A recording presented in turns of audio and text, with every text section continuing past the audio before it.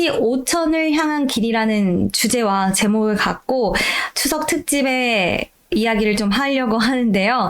네, 추석 이후 증시 방향성과 4분기 전략에 대해서 이야기를 하려고 합니다.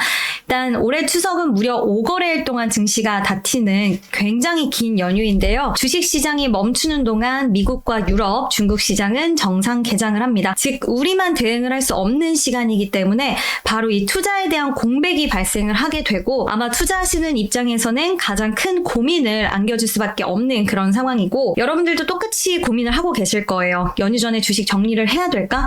아니면 갔다 와서 또 좋아질 수도 있으니까 그냥 들고 가야 될까? 이 질문에 대한 답을 오늘 저는 데이터 그리고 글로벌 이벤트 실적 전망을 근거로 한번 말씀을 드리도록 하겠습니다. 4분기가 되면은 이제 뭐 추석 연휴 지나고 나서 이제 얼마 남지 않아요, 시장이. 보통 10월달 거래일도 그렇게 많이 남지가 않고 이제 얼마 오래가 남지 않은 상황 속에서 코스피가 4천을 넘어서 5천을 향해 나아갈 수 있는 조건이 어떤 게 있는지 그리고 우리가 어떤 전략을 취해야 하는지 단계별로 짚어드리도록 하겠습니다. 그러니까 어떤 고민을 하냐라고 했을 때 9월 시장까지의 그런 복기를 좀 한번 해보도록 할게요. 지금 현재 우리는 어디에 있냐라는 부분이에요. 현재 위치에 대해서 복기를 해야 되는데 9월 시장 성과에 대해서 한번 분석을 해보면 9월은 통상 시장이 이번에도 안 좋을 것이다 이런 이야기들이 8월 말부터 나오기 시작을 했고 9월 시작하기 전부터 많은 분들이 좀 긴장을 하셨을 거예요. 저조차도 마찬가지였는데 코스피 9월 한 달 동안 무려 7.49% 상승을 해줬습니다. 미국의 금리 인하 있었고요. 반도체 랠리 있었고요. 정책 기대감이 합쳐져서 이렇게까지 큰 시세를 만들어냈고요.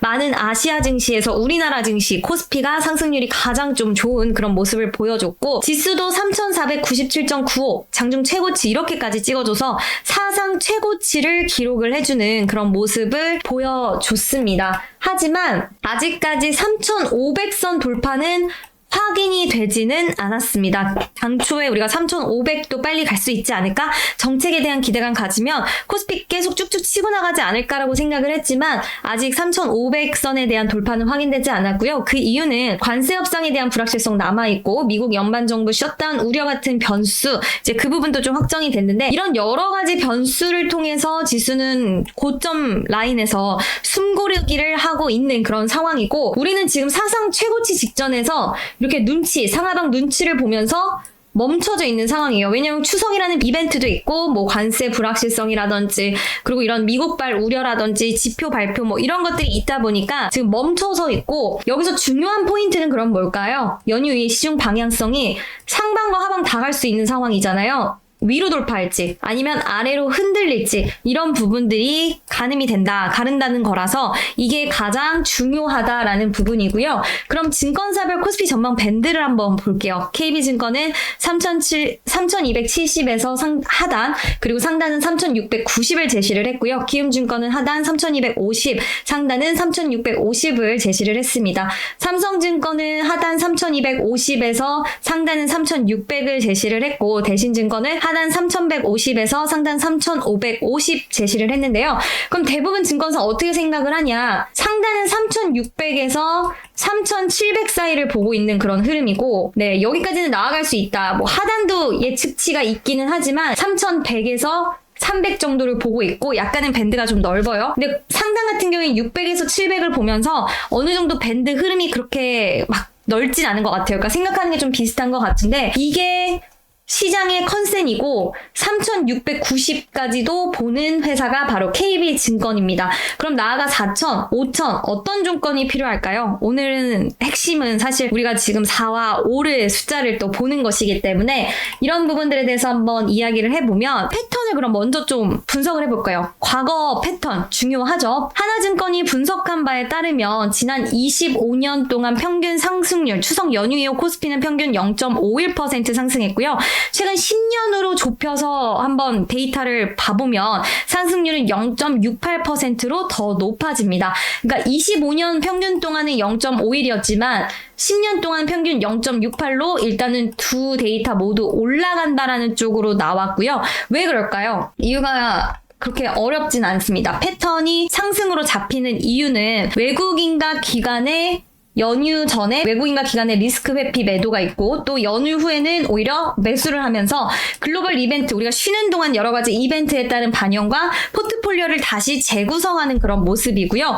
외국인 자금의 유입입니다. 그리고 연휴 직후에는 오히려 외국인 자금의 매수가 들어온다라는 거고, 이게 이유는 뭐 단순해요. 외국인 기관이 연휴 전에 매도, 그리고 연휴 직후에는 매수, 이런 사인인데 이번에는 지금 연휴 직후인데도 코스피 같은 경우 외국인이 계속 들어오고 있는데 전체적으로 담는다라기보다는 이제 앞으로 성장할 수 있는 쪽, 반도체와 뭐 조선 이런 쪽을 담아내고 있기 때문에 이 지금의 약간 집약적인 수급 상황이 연휴 이후에는 더 넓게 확장이 되고 우리나라를 전체적으로 사주는 흐름, 특히 코스닥 같은 경우에는 살짝 수급이 아쉽잖아요. 그래서 오히려 코스닥 쪽이 이번에는 이런 형태를 보일 가능성이 있고, 코스피도 마찬가지로 내일 또 선물 옵션 동시 만기일인데 그때 이후로의 또 선유 명절 이후에는 또 포지션이 바뀔 수도 있다. 그리고 다양한 섹터를 담을 수도 있다. 이런 부분도 한번 체크를 해봐야 될 것 같습니다. 네, 그럼 업종별로 한번 패턴을 볼게요. 업종별 연휴 후 패턴을 보면 강세 업종은 우리가 예상했다시피 반도체, 소프트웨어, 디스플레이, 에너지 쪽이고요. 약세 업종은 소비, 기계, 철강입니다. 결론은 명확해요. 추석 직후 외국인과 기관이 들어올 때 가장 먼저 움직이는 건 사실 지금 오늘도 그랬지만 코스피를 담고 있습니다. 대형주, 시가총액 상위 업종, 특히 반도체 와 IT를 담는 것은 우리가 예측을 하고 있는 것처럼 그렇게 될 것이다 라는 부분이고, 그럼 우리도 연휴 직후 반도체, AI, IT로 압축 대응이라는 이런 섹터 전략을 가져가야 된다라는 부분이 상당히 중요하다라는 거고요. 연휴 중에 글로벌 리스크 요인은 없을까요? 그러니까 리스크도 있겠지만 어떤 체크를 해봐야 되는 부분들이 있는데 이벤트가 줄줄이 대기를 하고 있어요. 지금 셧다운, 미국 의회가 단기 지출 법안을 처리하지 못하면 정부 기능이 멈추는 거고요. 2018년 사례를 보면 셧다운이 한 달 가까이 이어지면서 GDP가 0.3%포인트 꺾였다라는 부분인데 지금 이 부분에 대해서는 사실 셧다운에 대한 의견은 좀 분분한 것 같아요. 그러니까 장기화되면은 단기 충격이 좀 불가피하다라는 부분이고, 근데 셧다운 이후의 시장은 괜찮았기 때문에 미국 셧다운에 대해서 좀 긍정적인 시각들도 존재를 하기는 하지만 뭐 데이터라든지 이런 부분들이 공개가 늦어지거나 안 된다라고 했을 때는 우려감이라든지 불확실성 이런 것들은 좀 커질 수가 있기 때문에 글로벌 리스크 요인으로도 한번 생각을 해볼 수가 있는 거고요. 그럼 9월달 또 FOMC 의사록 공개가 있습니다. 연준은 지금 9월에 금리를 0.25%포인트 인하를 했는데 속도예요, 문제는. 파월 의장이 금리 인하 속도를 늦출 수도 있다라고 얘기를 했어요. 그러니까 이번에는 선제적 대응이었지 우리가 무조건 인하 사이클로 진입을 한 게 아니다. 우리는 데이터 기반으로 계속해서 확인을 할 것이다 라고 이야기를 했고, 시장은 금리 인하 기대감이 한동안 고용이 불안전해지면서 굉장히 높아졌다가 신규 실업수당 청구 건수 이후에 고용이 생각보다 견조한 것 같은데 라는 이야기가 나오면서 그럼 금리 인하 기대가 우리가 생각하는 것만큼 크게 가져가기 어려운 거 아니야? 라고 이야기가 나오면서 또 후퇴하는 모습이 보여졌고, 그런 부분들이 결국에는 지금 의사록이 만약에 매파적이게 나오면 달러 강세, 환율 불안으로 연결될 수 있기 때문에 환율 불안으로 가면 지금 외국인들이 우리나라의 시장에 들어올 수 있는 환경이 좀 제약적으로 되기 때문에 이 부분도 매크로적인 이슈로 한번 생각을 해봐야 될 것 같고요. 추가적으로 또 뭐가 있느냐. 한국의 국채 WGBI 편입 일정입니다. FTSE 러셀의 발표가 연휴 중에 나와요. 연휴 중에. 그래서 편입이 확정이 되면은 외국인들이 채권을 매수를 하게 되고 환율은 안정이 되게 되고 증시 호재라는 그런 연결고리가 생길 수 있기 때문에 이 부분 좀 봐야 되고, 또 일본의 자민당 총재 선거가 있습니다. 확장 재정을 선호를 하고 있어요. 그래서 이번에 일본은 금리 인상에 대한 이야기도 많이 나오는 상황 속에서 일단 확장 재정을 선호하는 후보가 당선이 되면 일본의 금리, 아시아 자금 흐름에 영향을 줄 수가 있다라는 부분이고, 그 다음에 블랙스완에 대한 리스크 있습니다. 뭔지 알아요? 숨어있는, 우리가 예상하지 못한 이런 숨어있는 블랙스완 리스크. 네, 예상치 못한 사건, 아니면 지정학적 리스크, 뭐 어디서 갑작스럽게 전쟁이 났다라던가, 아니면 대형 기업의 어떤 빅 이벤트가 발생이 되고 연휴 중에 터지면 우리는 이 기업을 팔고 싶어도 팔 수가 없고 사고 싶어도 살 수가 없고, 이런 대응에 대한 불가능이 좀 발생을 할 수 있다라는 거 참고해 주시면 좋을 것 같고요. 그래서 전략적으로 우리가 들어가면 연휴 전에는 리스크 관리 전략이 굉장히 중요하고요. 연휴 전에는. 전략은 좀 간단해요. 어렵지 않아요. 많이 들어보신 분들도 계시겠지만 현금 확보, 현금을 계속해서 확보를 하면서 연휴 이후에 여러 가지 쉬는 동안에 나오는 상황과 매크로적인 환경에 따라서 우리가 이 부분에 있어서 계속 좀 체크를 해봐야 되는 부분이고, 그래서 전략은 단순해요. 연휴 전에 반드시 20-30% 현금. 저는 그 이상도 나쁘지는 않다라고 생각은 하는데, 내가 업황을 보고 장기 시각을 보고 들어간 종목이라고 한다면 홀딩이겠지만, 뭐 단기적으로 들어갔다, 테마주다, 트레이딩 관점이다, 아니면 특정 종목과 섹터에 자금이 너무 많이 들어갔다, 그랬을 때는 더욱더 현금 확보는 필수적이고 이게 리스크 관리의 기본이라고 할 수가 있다라는 부분, 우리가 대응적인 측면에서는 꼭 체크를 해봐야 될 것 같고요. 자, 그러면 4분기 실적 시즌에 이제 우리가 쉬고 돌아오면 바로 돌입을 해요. 아마 14일에 삼성전자가 잠정 실적치를 발표를 하고 이제 실적 시즌에 본격적으로 도래를 하고 시장은 그의 분위기에 따라서 움직이게 될 텐데, 3분기 실적 시즌에 들어가고 가장 기대되는 업종은 단연 반도체입니다. SK 하이닉스, 삼성전자인데 HBM4 매출에 대한 가시와 SK 하이닉스, 삼성전자는 파운드리, ADI 서버 수요 반영, 실적 전망이 계속 상향이 되고 있는데, 뭐 삼성전자는 지금 이번에 영업이익 10조 얘기까지 나오고 있는 그런 상황이에요. 지금 범용 디램, 그러니까 AI에 촉발된 그런 HBM GPU의 상승세뿐만 아니라 이제는 AI 확산세가 범용 디램과 낸드까지도 이어져서 그들이 쇼티지가 나오고 있고, 지금 쇼티지에 따른 가격 상승이 이어지고 있고, 공급자 우위 시장이 형성되고 있고, 거기서 수혜를 받을 수 있는 가장 대표적인 종목이 삼성전자와 SK 하이닉스이다라는 구조인데, 예전에 우리가 HBM만 생각을 하면 삼성전자 입장에선 상당히 불편한 상황이죠. 근데 범용 디램과 낸드 쪽에서 강자이기 때문에 이에 따른 시장의 기대 심리는 지금 그 어느 때보다 강해졌고 좀 밝아졌다라는 부분이고, SK 하이닉스 같은 경우에는 HBM 관련돼서 단연 탑픽입니다. HBM4 관련된 부분들 기대할 수 있고, 또 삼성전자도 HBM3 쪽으로는 안 좋았죠. 3E까지. 뭐 테스트 아직까지도 100% 통과 여부에 대한 이야기는 안 나오고 있는데, HBM4 시장에서는 삼전이 더 앞서 나갈 수 있다라는 얘기가 나오는 만큼 우리 반도체 투톱에 대한 실적 기대감은 상당히 커져 있는 상황이고, 이 범용 메모리 시장의 상승세는 쉽게 꺼지지 않을 것이다. 2027년까지 계속될 것이다라는 전망치까지도 나오고 있는 그런 상황이다라는 부분이고요. 자, 그러면 또 AI와 소프트웨어 관련돼서도 우리가 또 봐야 돼요. 계속 정부 정책 쪽으로 나오고 있습니다. 클라우드, AI 투자 확대로 인한 성장 가속화, 그리고 AI 인프라, 데이터 센터 투자 확대와 AI 서비스 수요 증가하고요. 소프트웨어 기업들, 지금 정부 정책이라든지 세계적인 흐름이 AI 쪽으로 계속 가고 있기 때문에 우리는 좀 봐야 되는 부분들, 그래서 AI 키워드를 갖고 파생될 수 있는 하드웨어뿐만 아니라 소프트웨어 쪽이라든지 클라우드 관련주, 인프라 쪽, 이런 부분들 계속 좀 체크를 해봐야 되고, 정책 모멘텀도 여전히 남아있는 그런 상황이에요.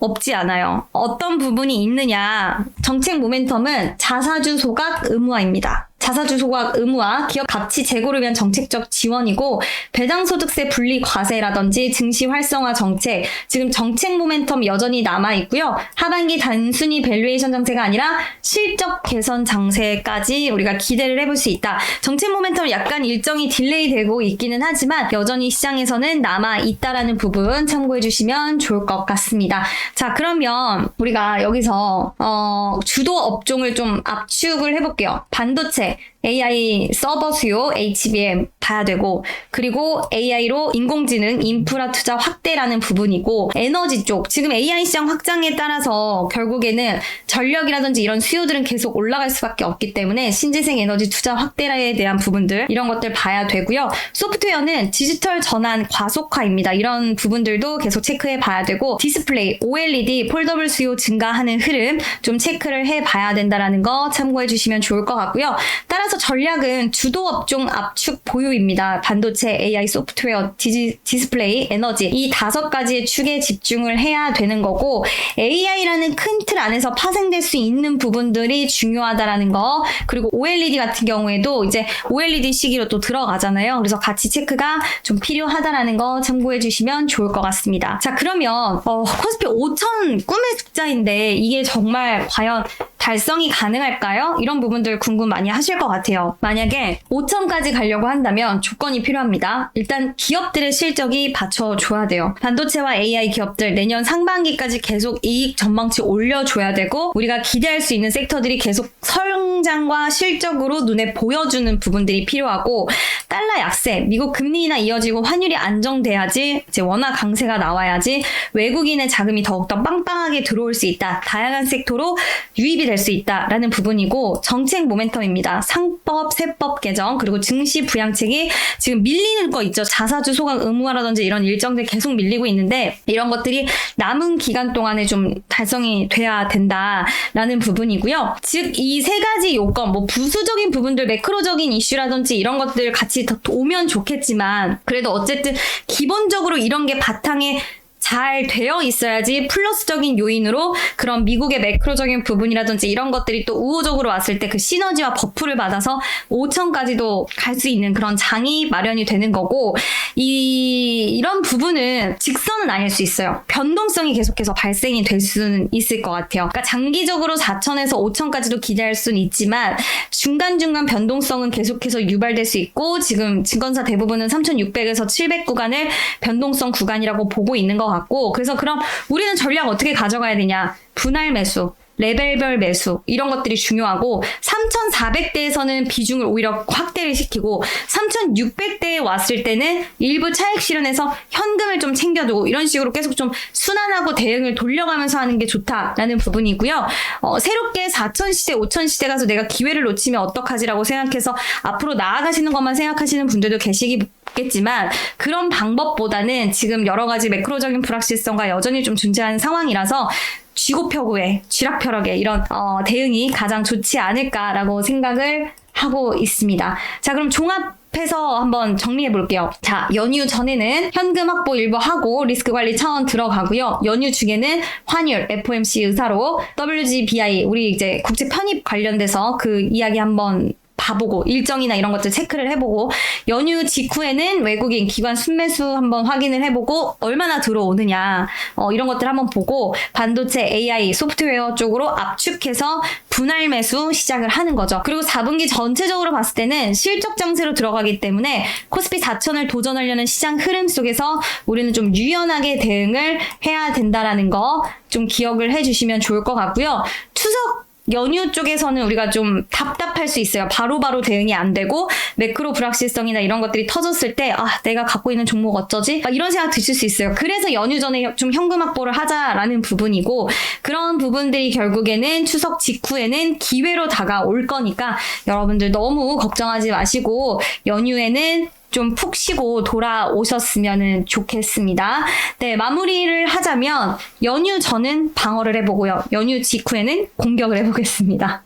오늘 추석 특집 라이브 여기서 교육 마무리하겠고요. 코스피 지금 사상 최고치 문 앞에 서 있는데 뭐 여러 가지 이벤트가 변동성을 유발시킬 수는 있겠지만 그래도 기회는 항상 있다라는 거 오늘 드린 메시지 상당히 좀 단순했습니다. 여러분 흔들림 속에서도 기회는 있다라는 거 흔들림 속에서 기회를 잡으시길 바라고요. 오늘도 함께 해주셔서 감사합니다. 즐거운 추석 연휴 되시고 연휴 끝나면 더 큰 기회로 만나 뵙도록 하겠습니다. 감사합니다.